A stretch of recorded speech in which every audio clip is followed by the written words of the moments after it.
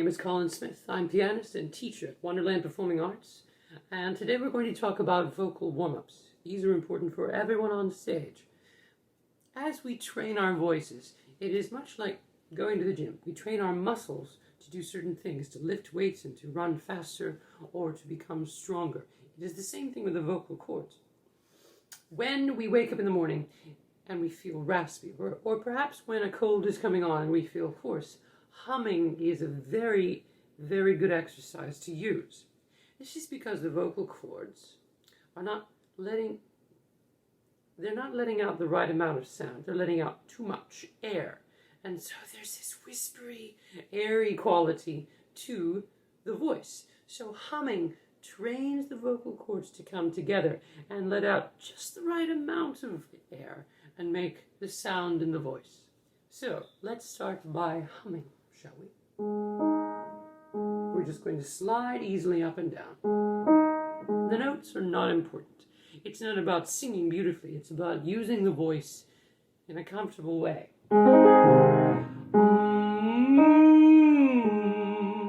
It's important to open the mouth and close the lips so that we use the resonators.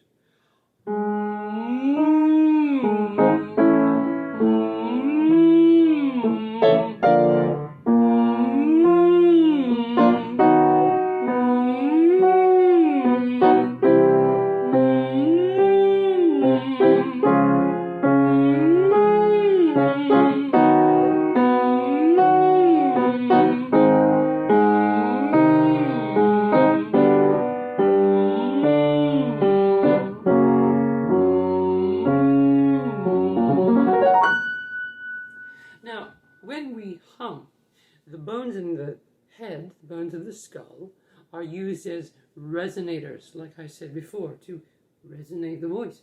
Similar to strumming a guitar, the box of the guitar provides an amplifier for the sound. Without it, you wouldn't be able to hear the guitar very much. So the head vibrates in a similar manner. If you will, hum with me.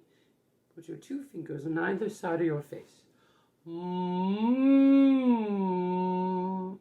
It's very strange. I feel it more when I sing higher than when I sing low. It's a very interesting sensation. Secondly, we like to work with breathing. Breathing is a very important part of life, and for the most part, it's involuntary.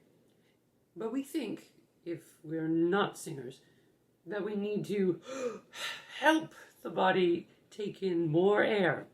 And that's not true. We don't need to use all of this extra muscle and energy in order to breathe. If we think about it too hard, we're not doing it correctly. If you lie down, you breathe properly from the diaphragm, the muscle down here, which presses out the right amount of air every time we need a breath. This is extremely evident when we laugh. This pressure pushes out the air naturally. Now, let's try this. Put your hand on your stomach and breathe deeply. Once more. And you can see I'm not moving my shoulders and I'm not moving my upper body because the diaphragm is working properly. Thank goodness. Let's move on to another little thing I like to use. Mirrors. Mirrors are very important when you want to look your best, surely, but it's also important to focus on what shape you're making. This region right here is called the embouchure. Yes, I think it is. My vocal pedagogy colleagues will probably correct me when they see this. This shape is sort of like the volume knob of our voice. We want to let out all the sound that we can, opening the round sounds and purifying the vowels. This is important when we want to be clear and understood. If we speak here in a small, safe zone and we are not moving too much, we're not understood. We're not as clear and we're not as loud. So the old woman on the back row might have trouble hearing. We want to make sure everyone in the house hears what we say, and that we are very clear and crisp when we speak. So, when you warm up, pay attention to what shapes you're making. Make them large. Bold choices are very important on the stage and when you speak. So, let's pretend I'm reading from something. My book is gone. What do I do? Oh, goodness. Okay. Crisis averted. All right, here's one. It's sort of a tongue twister. I have roses and roses of noses and noses, and why they all groses I really can't guess. No lilies or roses, just cold-catching noses, and when they all blowses, it's really a mess. The rest of the poem continues on in a really nasty fashion, but the idea is thus: we must speak clearly. Roses and roses and noses and noses is not very clear and not very well understood. Use the mouth and the jaw in unison. Create pure round shapes that are clear and concise. Lastly, sometimes when we talk about characters, we like to create accents. Accents are fine. They are part of a character's color, if you will. They bring light and shade to the character's presence on stage. It's very important that you are understood, most of all. If you're telling a joke, if you're a comedic character, then it's more important that the person understand you because they want to get the joke. People tend to remember that they didn't hear a joke because they couldn't understand. If you are a dramatic character, a dynamic character, then you tend to have a lot of the plot in your dialogue. It's also important for you to be understood because you're telling the heft of the story.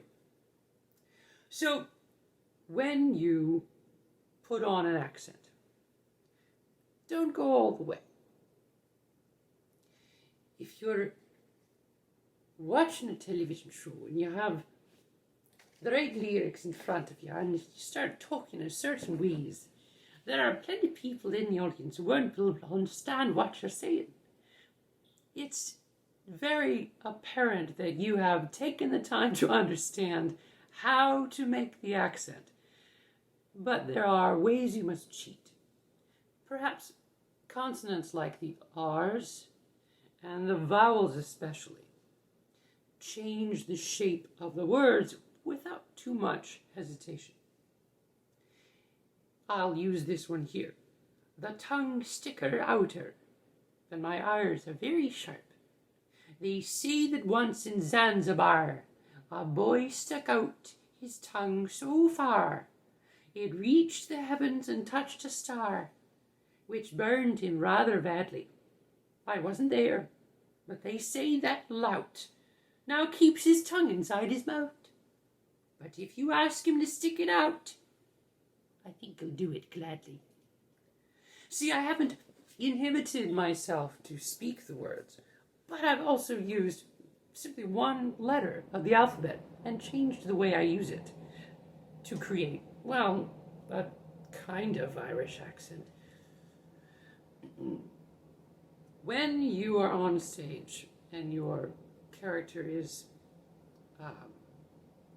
shall we say, foreign, Italian or French or something that has a distinctly different accent, it's very difficult to go headlong into the culture and still be understood by everyone in the audience.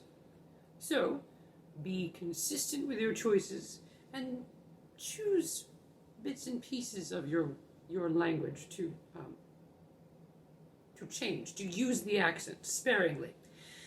If you have the most beautiful romantic French sound to your voice, it might not very well be understood.